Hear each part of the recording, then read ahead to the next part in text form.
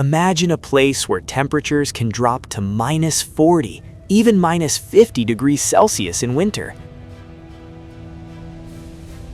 A place where the wind blows strong enough to knock down a full-grown adult.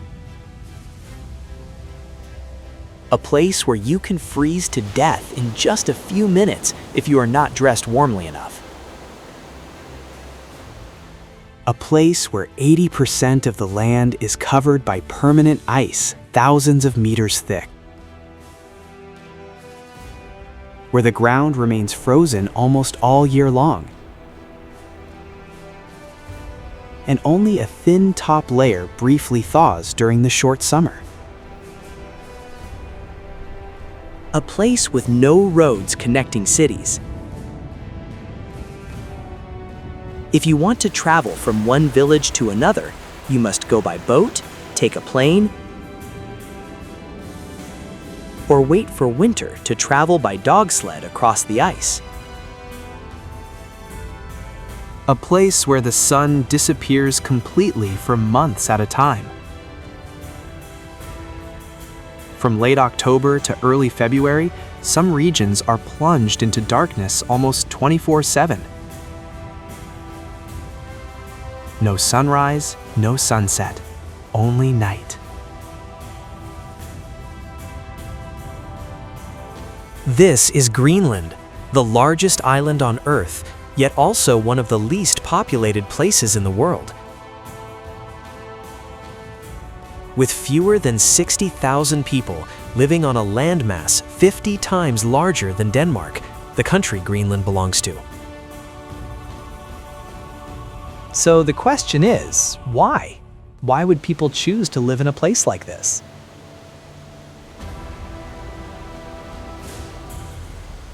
Greenland, a name that carries a historical irony within it. Because this place is not green at all, at least not in the way people usually imagine. In the year 982 AD, Eric the Red, a Viking sailor infamous for his hot temper and violent behavior, was exiled from Iceland for murder. He arrived on this massive island and named it Greenland, meaning green land, hoping the name would attract new settlers. So what is the reality? Only about 20% of the coastline, the outer edge of the island, can support vegetation. The rest, the core of Greenland, is a vast ice desert larger than Mexico. A massive ice sheet known as the Greenland ice sheet, reaching up to 3 kilometers thick in some areas. Seen from above, Greenland looks like another planet. A world of ice, wind, and absolute silence. It is the largest island on Earth, larger than Saudi Arabia, yet also one of the least populated places on the planet. Nuuk, the capital and largest city, has only about 19,000 residents. Here, traveling between towns is far from simple. You cannot drive to visit friends in the next town because there are no roads. Transportation depends entirely on boats in summer, helicopters, or small aircraft. And these flights are not cheap. Roads? They practically do not exist beyond individual towns. Greenland has less than 150 kilometers of paved roads across the entire island. From late October to early February, some northern regions of Greenland never see the sun rise above the horizon. This phenomenon is known as the polar night. For nearly 4 months, life unfolds in near constant darkness, with only a few hours of dim twilight each day.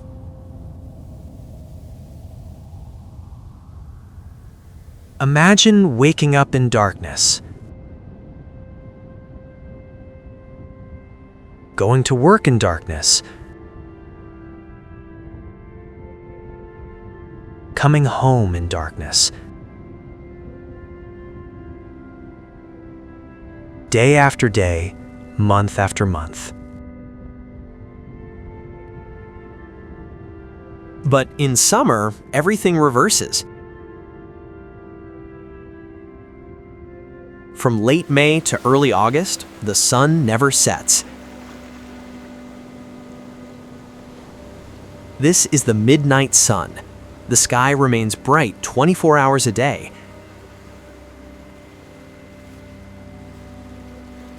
Children play at midnight as if it were noon.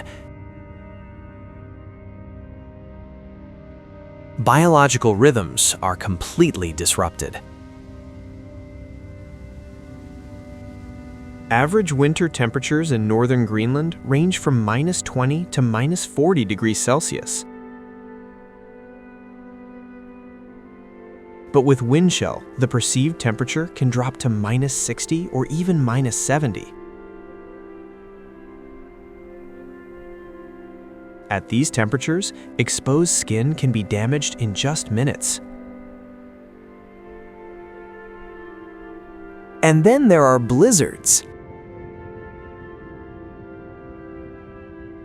Winds can reach speeds of 150, even 200 kilometers per hour. Strong enough to knock down an adult. Strong enough to tear roofs apart. In these storms, you cannot even see your own hand in front of your face. Greenland is not designed for easy human survival. Nature here does not forgive mistakes. One wrong decision, stepping outside without proper clothing, taking a wrong turn in a snowstorm, walking onto thin ice, can be your final decision. But humans have never chosen only the easy places to live.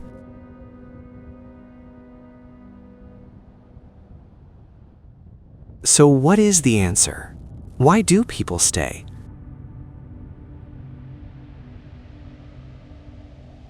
The first reason does not lie in the present. It lies in the past. In the blood, in family names, in every story told again and again beside the fire. The Inuit, or Kalaaleet as they call themselves, are the indigenous people of Greenland.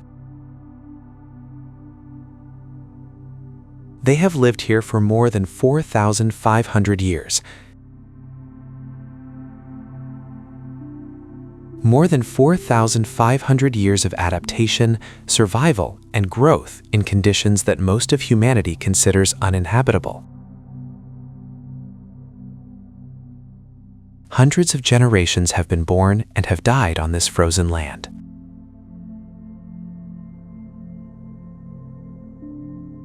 Knowledge here is not written in books. It is passed from hand to hand, from mouth to mouth. From grandfather to father, from father to son. Each generation learns how to read the ice, the weather, and the sea from the generation before.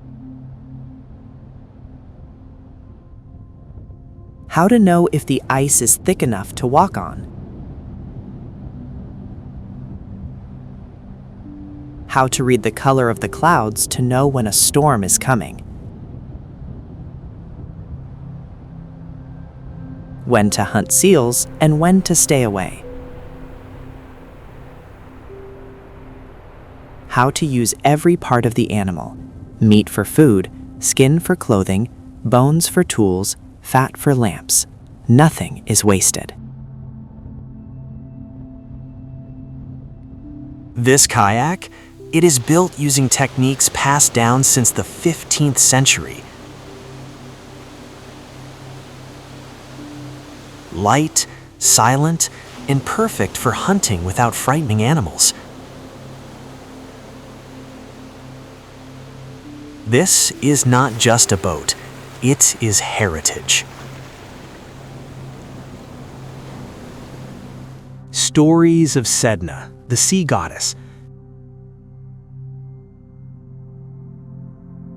Of brave hunters facing polar bears.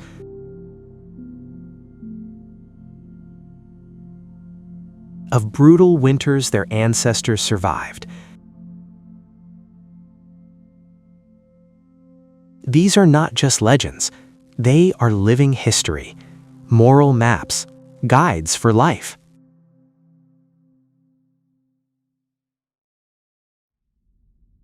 The Greenlandic language, Kalaallisut, is one of the most complex languages in the world.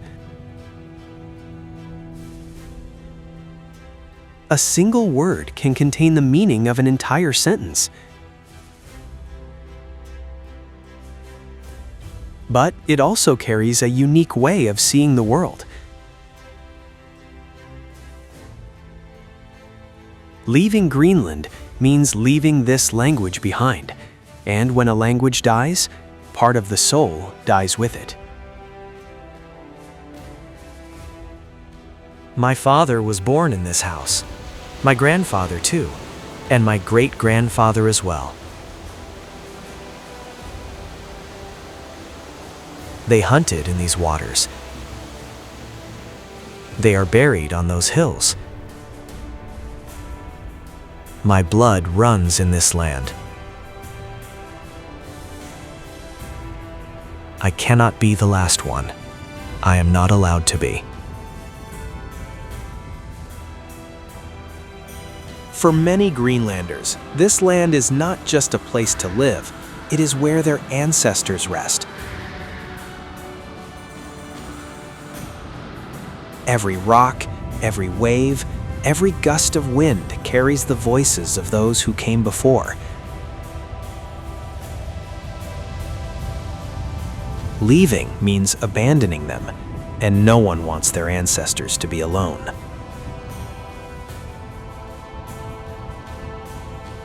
Inuit culture is not preserved in museums. It lives in every step on the ice, in every song, in every hand-sewn garment, in every shared piece of hunted meat with neighbors. This culture survives only when people live it. And as long as children look at their parents and grandparents with pride in who they are, where they come from, and their ability to survive in conditions the world considers impossible, they will not leave. They cannot. The second reason people stay in Greenland: silence. But not the kind of silence that feels empty or lonely. It is the kind of silence where you can hear your own thoughts.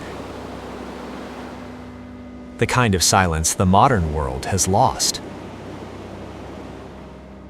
In big cities, you are never truly alone. There is always noise, traffic, construction, neighbors, advertisements. Always artificial light, signs, street lamps, screens. Always people, millions of people packed around you. Always expectations, deadlines, social pressure. A night sky unblocked by smog or city lights. You can see millions of stars. You can see the Milky Way stretching like a river of light. You can feel that you are part of the universe, not just a lost speck of dust. Wildlife here is not confined to zoos or safari parks. They are the true owners of this land. Whales, polar bears, seals, walruses, Arctic foxes, reindeer, all living free, wild, and majestic. The third reason people stay, paradoxically, it is community. In a place where people are few, people become more important than ever. In big cities, you can live next to someone for 5 years without knowing their name. In Greenland, you know everyone, their names, their families, their stories, and they know yours too. When a blizzard hits, people check on each other. When someone goes hunting, the whole village waits for their return. When someone is sick, neighbors bring food. No questions, no phone calls. It is simply understood. Because here, survival is not an individual matter, it is collective. When the weather can kill you in a matter of hours, you cannot make it alone. You need others, and others need you. Children here grow up together. They don't have hundreds of friends on social media. They have 20 to 30 other children in the village. And that is enough because they truly know each other. Life here moves slowly. No one is in a hurry. Conversations can last for hours about the weather, about fishing, about the old days. And that is not wasted time. That is living. During the long winter months, when darkness stretches on, community is what keeps people from going mad. Knowing that someone is there, someone cares, someone remembers you. And then there is a more practical reason, an economic one. Why do people stay? Because this is where they make a living. Fishing and seafood harvesting are the backbone of Greenland's economy. More than 90% of Greenland's exports are seafood. Cod, salmon, shrimp, crab, all from these icy waters. For many families, this is a trade passed down through generations. The grandfather fished, the father fished, the son fishes too. They know every corner of the sea. They know where the fish are, when to find them, and how to catch them. The seafood industry does not only employ fishermen, it also provides jobs for processing workers, transporters, and sellers. An entire economic ecosystem revolves around the sea. But fishing is not the only path. Greenland is becoming one of the world's most important climate research hubs. Scientists from around the globe come here to study climate change, permafrost, and Arctic ecosystems. And some young Greenlanders are finding new roles, acting as guides for scientists, serving as a bridge between indigenous knowledge and modern science.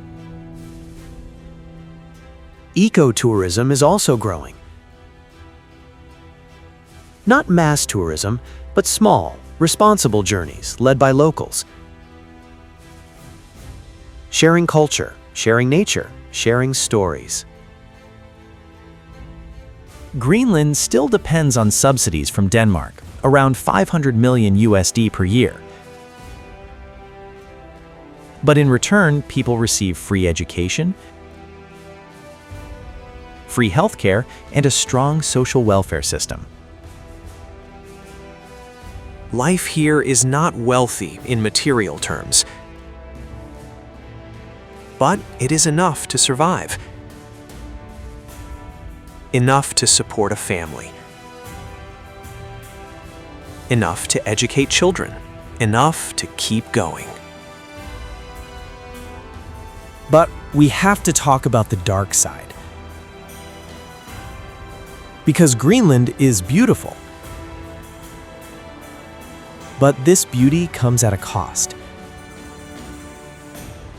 And that cost is very high. The polar night is not just an astronomical phenomenon, it is a psychological challenge. Imagine not seeing the sun for 3 or 4 consecutive months. Your brain lacks vitamin D, your hormones become imbalanced, your mood sinks. Greenland has the highest suicide rate in the world, 8 times higher than the global average, especially among young men aged 15 to 24. A painful statistic that no one wants to talk about, but cannot be denied. Isolation is not just geographical, it is emotional. The feeling that the world has forgotten you. That you are trapped, that there is no way out. So with all these hardships, why don't they leave? Copenhagen is only a few hours away by plane. Denmark has jobs, light, and a much easier life. The answer? Because happiness is not a mathematical formula. Not everyone measures happiness by convenience, by big supermarkets or fast internet, by warm temperatures or year-round sunlight. And then there is climate change. Greenland is warming twice as fast as the global average. The ice sheet is melting. Every year, Greenland loses about 280 billion tons of ice. A terrifying number. What does this mean for Greenlanders? Traditional hunting becomes harder. Ice is thinner and more dangerous. Animal migration patterns change. An entire way of life thousands of years old is under threat. But climate change also opens new opportunities. Melting ice reveals valuable resources, rare earth metals, oil, precious minerals. Greenland could become one of the most resource-rich places on Earth. And suddenly, Greenland becomes a geopolitical hotspot. China wants to invest, the United States wants influence, Russia is watching closely. In 2026, President Trump even proposed buying Greenland. The offer was rejected, but it revealed Greenland's new strategic importance.